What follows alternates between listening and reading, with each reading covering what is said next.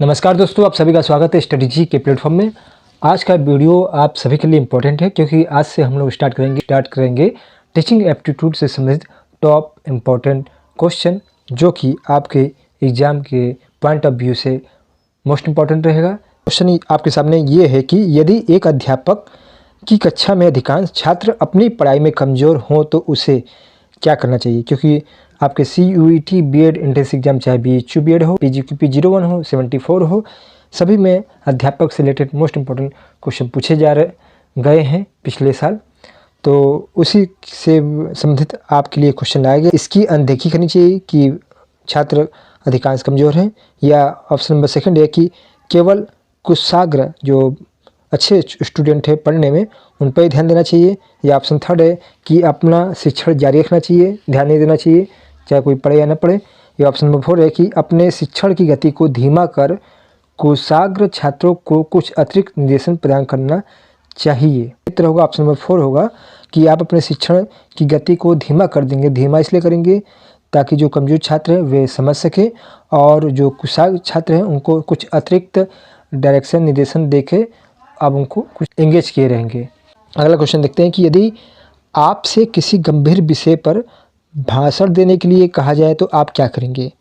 Option है इस विषय पे मित्रों से सलाह करेंगे कि भाषण कैसे दिया जाए, या स्पष्ट मना कर देंगे, या सहज से तैयार हो जाएंगे, या कुछ देर का समय मांगेंगे।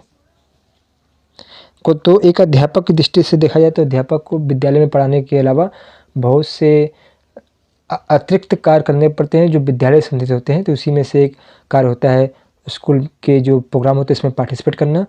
तो यदि आपको गंभीर भाषण पर विषय देने के लिए कहा जाए तो आप मना नहीं करेंगे बल्कि उसे सहज स्वीकार करेंगे। इसलिए ऑप्शन नंबर सी सही होता है, सहज तैयार हो जाएंगे। अगला क्वेश्चन है कि प्रधानाचार्य अपने अध्यापकों से आशा करता है, क्या आशा करता है, कि अध्यापक समर्पण और निष्ठा की भावना हो, या आज्ञा पालन भाव की भावना हो उनमें हो, या योग्यता एवं ज्ञान की भावना हो, या ये सभी। तो एक प्रधानाचार्य अपने अध्यापकों में ये तीनों भावों की आशा करता है कि ये तीनों चीज़ें एक अध्यापक में होनी चाहिए। तो इसका सही तो हो जाएगा ऑप्शन नंबर डी। अगले क्वेश्चन की तरफ बढ़ते हैं। और दोस्तों ये क्वेश्चन आ रहा है कि शिक्षक राष्ट्र का निर्माता है, इस कथन पर आपकी क्या प्रतिक्रिया है। ये वाकई में सही बात है कि शिक्षक राष्ट्र का निर्माता होता है, तो आपकी इसकी पर क्या प्रतिक्रिया होनी चाहिए। ऑप्शन है यह केवल एक आदर्श वाक्य है। ऑप्शन बी है भ्रष्ट नेताओं के आगे शिक्षक की कुछ नहीं चल पाती। ऑप्शन सी है यह वास्तविकता है क्योंकि शिशु ही आगे चलकर राष्ट्र में सक्रिय भूमिका निभाते हैं, या इनमें से कोई नहीं।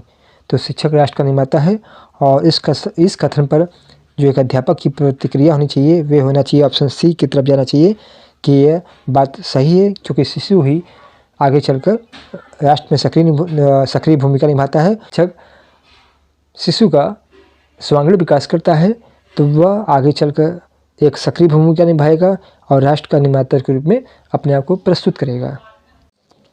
अगले क्वेश्चन की तरफ बढ़ते हैं, और क्वेश्चन ये है कि जब आपके छात्र उन्नति करते हैं तो आप महसूस करते हैं। एक अध्यापक के नाते आप कैसा महसूस करेंगे जब आपके छात्र उन्नति या सफलता प्राप्त करते हैं। ऑप्शन है आत्मसंतोष की भावना उत्पन्न होती है आप में, या प्रसन्नता की भावना उत्पन्न होती है, या ईर्ष्या की भावना उत्पन्न होती है। ये तो सरासर गलत है। और ऑप्शन डी है आत्मग्लानि की भावना उत्पन्न होती है। ये भी ऑप्शन गलत हो जाता है।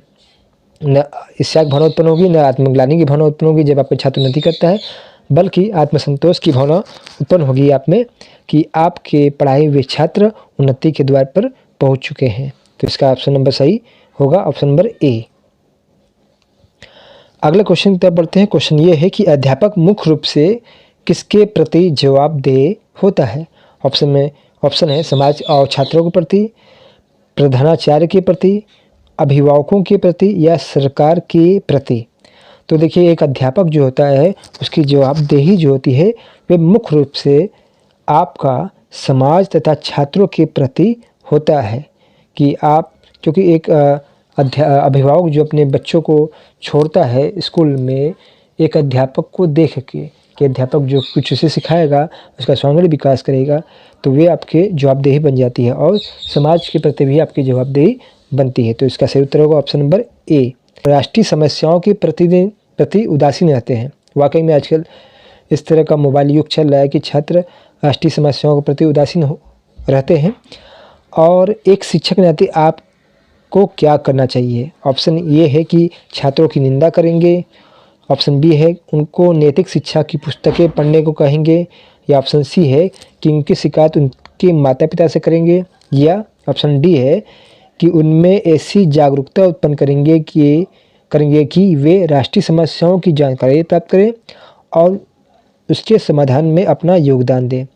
तो देखिए, निंदा करना, छात्रों की निंदा करना ये उचित नहीं प्रतीत होता है।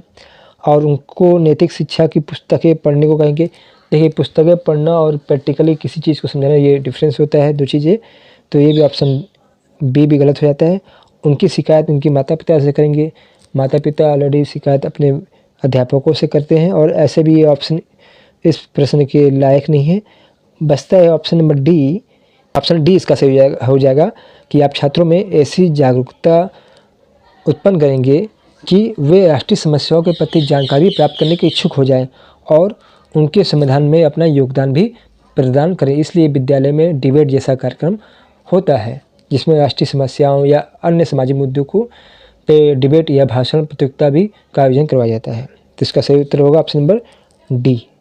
अगले क्वेश्चन की तरफ बढ़ते हैं। क्वेश्चन ये है, एक विकलांग बच्चा पहली बार विद्यालय आता है तो शिक्षक को निम्नलिखित में से क्या करना चाहिए? ऑप्शन है उसकी विकलांगता के अनुसार उसे एक विशेष स्कूल में भेजना चाहिए। ऑप्शन बी है अन्य छात्रों से उसे दूर रखना चाहिए। ऑप्शन सी है सबसे पहले एक प्रवेश परीक्षा का संचालन करना चाहिए। ऑप्शन डी है सहयोगी योजना विकसित करने के लिए बच्चे के अभिभावकों के साथ चर्चा करनी चाहिए। इस प्रश्न का जो सही उत्तर होगा वह होगा ऑप्शन नंबर डी। ऐसे बालकों के लिए सहयोगी योजना विकसित करेंगे और बच्चे के अभिभावक के साथ चर्चा करेंगे एक अध्यापक। तो आगे बढ़ते हैं क्वेश्चन नंबर 9 की तरफ। क्वेश्चन नंबर 9 की ओर देखते हैं कि आपकी कक्षा में कुछ बालक निरंतर लगातार प्रश्न पूछते हैं, बताइए आप उनके साथ कैसा व्यवहार करेंगे? विद्यालय में आज कुछ बच्चे ऐसे होते हैं जो लगातार निरंतर प्रश्न पूछते हैं, तो उसके प्रति आपका व्यवहार कैसा होना चाहिए? ऑप्शन ये है कि आप उनको शांत रहने को कहेंगे कि भैया प्रश्न मत पूछो। ऑप्शन बी है आप उनके प्रश्नों को शांतिपूर्वक सुनेंगे तब उनके प्रश्नों का उत्तर देंगे। ऑप्शन सी है आप उनके प्रति उदासीन रहेंगे कि भैया पूछ रहा है तो पूछने दो, इसका क्या उत्तर दें, ये उदासीन रहेंगे। या आप उनको झिड़क देंगे, मतलब शांत झिड़क देंगे।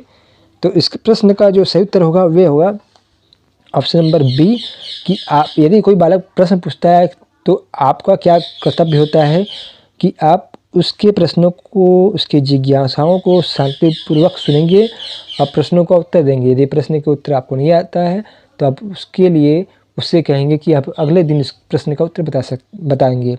लेकिन ये जो 3 ऑप्शन है ये सरासर इस प्रश्न के लिए गलत हैं, क्योंकि आप किसी बच्चे को प्रश्न पूछता है तो उसको शांत करवा देंगे तो कभी भविष्य में भी आपसे क्या किसी से भी प्रश्न पूछने से बचेगा। ते हैं क्वेश्चन ये है कि मान लीजिए आपकी कक्षा में बहुत से छात्र शरारती हैं, वे अपने शिक्षकों के लिए अनेक अशोभनीय बातें कक्षा के श्यामपट्ट ब्लैक बोर्ड पर लिख देते हैं। ऐसी स्थिति में आप किस प्रकार निपटेंगे? कुछ बच्चे ऐसे शरारती होते हैं जो श्यामपट्ट में अशोभनीय बातें लिखते रहते हैं, तो क्या करेंगे आप इस स्थिति में? ऑप्शन ये है कि कक्षा नायक जो मॉनिटर होता है उसको विश्वास में लेंगे तथा ऐसे शरारती छात्रों की पहचान करेंगे। ऑप्शन बी है कि आप अपने अवकाश काल में कक्षा की निगरानी करेंगे तथा आकस्मिक निरीक्षण द्वारा इसे छात्रों की पहचान करेंगे। या ऑप्शन सी है आप संपूर्ण कक्षा पर आर्थिक दंड लगा देंगे कि फाइन लगा देंगे। या ऑप्शन डी है कि आप संपूर्ण कक्षा के प्रति कठोर अनुशासनात्मक कार्रवाई के लिए प्रधानाचार्य को भेज देंगे। तो इस प्रश्न का उत्तर ये है कि ऐसे बच्चों को पहचान करना चाहिए कि कौन बच्चा लिख रहा है। पूरी कक्षा पर फाइन लगाना या पूरी कक्षा को दंड देना ये सटीक नहीं होता है एक अध्यापक के लिए। तो इसका सही उत्तर होगा ऑप्शन नंबर ए कि मॉनिटर से पता लगाएंगे, उसको विश्वास में लेके कि कौन से ऐसे शरारती छात्र हैं जो इस तरह का कार्य कर रहे हैं।